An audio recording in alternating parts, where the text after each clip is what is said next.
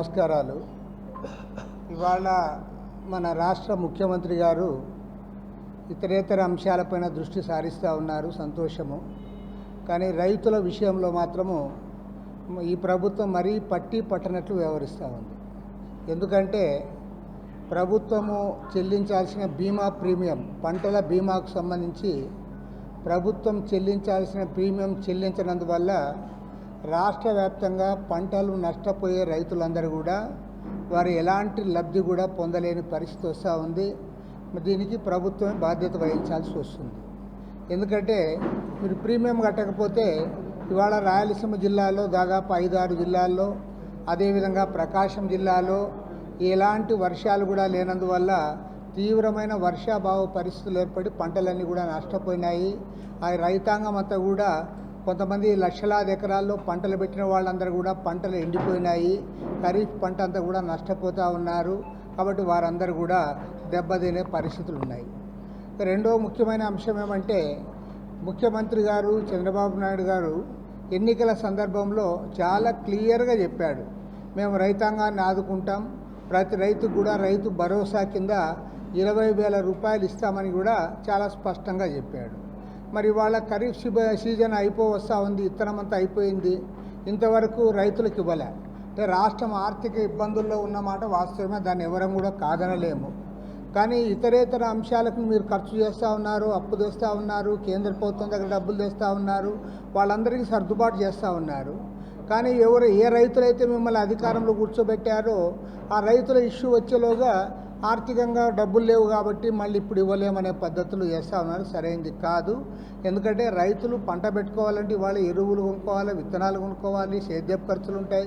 కాబట్టి మీరు ఇచ్చే ఆ కాస్త సహాయమైన అది సకాలంలో చేయాల్సిన బాధ్యత మీ పైన ఉంది. కాబట్టి రైతాంగానికి ఇవ్వాలని చెప్పి కోరుతూ ఉన్నాం. అదేవిధంగా ఇరిగేషన్ ప్రాజెక్టుల విషయంలో కూడా నాకు అర్థమే కాలే, ముఖ్యమంత్రి గారు ఇరిగేషన్ ప్రాజెక్టులు అంటే పోలవరం మాత్రమే కనపడతా ఉంది తప్ప మిగతా వాటి గురించి పట్టించుకోవడం లేదు. మొన్న తుంగభద్ర డ్యాంలో గేట్ నెంబర్ 19 అది పోయింది. పోతే కర్ణాటక గవర్నమెంట్ స్పందించింది. వెంటనే వాళ్ళ deputy chief minister DK Shivakumar గారు అక్కడికి పోయారు. మళ్ళీ నిన్న వాళ్ళ ముఖ్యమంత్రి సిద్ధరామయ్య గారు కూడా అక్కడ పోయారు. కానీ అదే మన గవర్నమెంటు ఆ స్పందన అంత కర్ణాటక గవర్నమెంట్ మాదిరి అంత స్పీడ్గా స్పందన ఉండడం లేదు. మన మంత్రులు నిన్న పోయారు, వీళ్ళు వెంటనే పోలే. వాస్తవానికి చెప్పాలంటే ఇవాళ అనంతపురము, కర్నూలు, కడప జిల్లాలు అటు తాగునీటి కోసము, సాగునీటి కోసం మన తుంగభద్ర ప్రాజెక్టు పైన ఆధారపడి ఉన్నాం. పైగా తుంగభద్ర డ్యామ్ అనేది అది కర్ణాటక ప్రాజెక్టు కాదు, అది కర్ణాటక 3 రాష్ట్రాలకు సంబంధించిన ప్రాజెక్టు. కాబట్టి తుంగభద్ర బోర్డు ఏర్పాటు చేసి బోర్డు పరిధిలోనే నిర్ణయాలు చేస్తూ ఉన్నారు. బోర్డు పరిధిలోనే ఆ తుంగభద్ర డ్యాములు కూడా నిర్వహిస్తూ ఉన్నారు. కాబట్టి ఏమంటే ఇవాళ ప్రాజెక్టు ఒక తుంగభద్ర ప్రాజెక్టే కాదు, రాష్ట్ర వ్యాప్తంగా కూడా ప్రాజెక్టులో పరిస్థితి అధోగతిలో ఉంది. దీనికి రుజువు ఏమంటే, గతంలో కడప జిల్లాలో అన్నమయ్య ప్రాజెక్టు, పింఛా ప్రాజెక్టు కొట్టుకుపోవడానికి కూడా కారణం ఏమంటే మెయింటెనెన్స్ లేకనే. ప్రభుత్వాలు మెయింటెనెన్స్ నిధులు ఇవ్వనందువల్ల ఆ గేట్లు పోయి అవి గేట్లు ఎత్తాలని పోతే అవి ఎత్తడానికి వీలు కాకపోతే మొత్తం పింఛా ప్రాజెక్టు కొట్టుకుపోయింది. దాని కింద ఉన్న అన్నమయ్య ప్రాజెక్టు కొట్టుకుని పోయింది. 40 మంది ప్రాణాలు కోల్పోయారు. 100 కోట్ల రూపాయల ఆస్తి నష్టం జరిగింది. గ్రామాలు కూడా కొన్ని మొత్తం కొట్టుకుపోయినాయి. కాబట్టి ఏమంటే ఇవాళ రాష్ట్ర వ్యాప్తంగా ప్రాజెక్టులో పరిస్థితి సక్రమంగా లేదు. మీరు మొన్న కూడా మీడియాలో చూసాం, శ్రీశైలం ప్రాజెక్టు ఎప్పుడైతే ఓవర్ఫ్లో అవుతుందో, ఓవర్ఫ్లో అయిన ప్రతిసారి కూడా మొత్తం రాష్ట్రంలో ఉన్న పత్రికలు, అదేవిధంగా ఎలక్ట్రానిక్ మీడియా దాన్ని ప్రధానంగా చూపుతూ ఉన్నారు. ఆ నీళ్ళు ఎక్కడైతే పడతా ఉన్నాయో అక్కడ చాలా గుంతబడింది, ఇది ఎప్పుడైనా ప్రమాదమే అని చెప్పి ప్రతి మీడియా కూడా దాన్ని తెలియజేస్తూ ఉంది, పార్టీలు కూడా మాట్లాడుతూ ఉన్నాయి. కాబట్టి ఏమంటే నేను ప్రభుత్వాన్ని, ప్రత్యేకించి ముఖ్యమంత్రి గారిని విజ్ఞప్తి చేస్తూ ఉన్నా, రాష్ట్ర వ్యాప్తంగా ఎగ్జిస్టింగ్ ప్రాజెక్ట్స్ ఏవైతే ఉన్నాయో ఆ ప్రాజెక్ట్స్ అన్నిటి యొక్క మెయింటెనెన్స్ పరిస్థితి ఏంటి, వాటి గేట్లు ఎట్లున్నాయి, దాని కింద ఎట్లుంది, ప్రతి ప్రాజెక్టు పైన కూడా తరోగా ఎంక్వైరీ చేయాలి. నిపుణులతో అన్ని ప్రాజెక్టుల పైన కూడా సందర్శించి వాటిపైన ఒక నివేదిక తెప్పించుకొని అవసరమైతే రాబోయే బడ్జెట్లో ఈ మెయింటెనెన్స్ కోసము వాటిని నిర్వహించుకోవడమే కాకుండా వాటిని పునరుద్ధరించుకోవడం కోసము వాటికి పూర్తి స్థాయిలో నిధులు వెచ్చించాలి. ఎందుకంటే మనం ఎంతసేపున ప్రాజెక్టులు కొత్త ప్రాజెక్టులకు డబ్బులు ఇస్తాం కానీ బడ్జెట్లో ఈ ఉన్న ప్రాజెక్టులను దానికి గాలికి వదిలేస్తూ ఉన్నాం. దాని పర్యవసానంగా నష్టాలు జరుగుతూ ఉన్నాయి.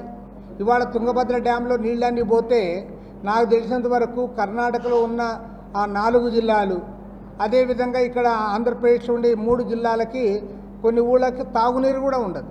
అలాంటి పరిస్థితి వస్తూ ఉంది. కాబట్టి ఏమంటే రాష్ట్ర వ్యాప్తంగా ఎగ్జిస్టింగ్ ప్రాజెక్ట్స్ ఏవైతే ఉన్నాయో ఆ ప్రాజెక్ట్స్ అన్నిటిపైన కూడా తరో ఎంక్వైరీ చేయించి వాటికి ఏం కావాలో దానికి నిధులు ఈ రాబోయే బడ్జెట్లో సమకూర్చాలని చెప్పి కూడా ముఖ్యమంత్రి గారికి విజ్ఞప్తి చేస్తూ ఉన్నాం.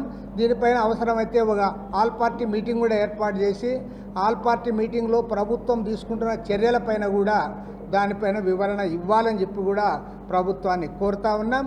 అంతేకాకుండా రైతులకు సత్వరమే యుద్ధ ప్రాతిపదిక పైన 1వ తేదీ నాడు మీరు జీతాలు ఎట్లు ఇస్తారో, 1వ తేదీ నాడు పెన్షన్లు ఎట్లు ఇస్తారో అదే రకంగా ఇప్పుడు తక్షణమే రైతాంగానికి రైతు భరోసా 20,000 రూపాయలు చెల్లించాలని కోరుతా ఉన్నాం.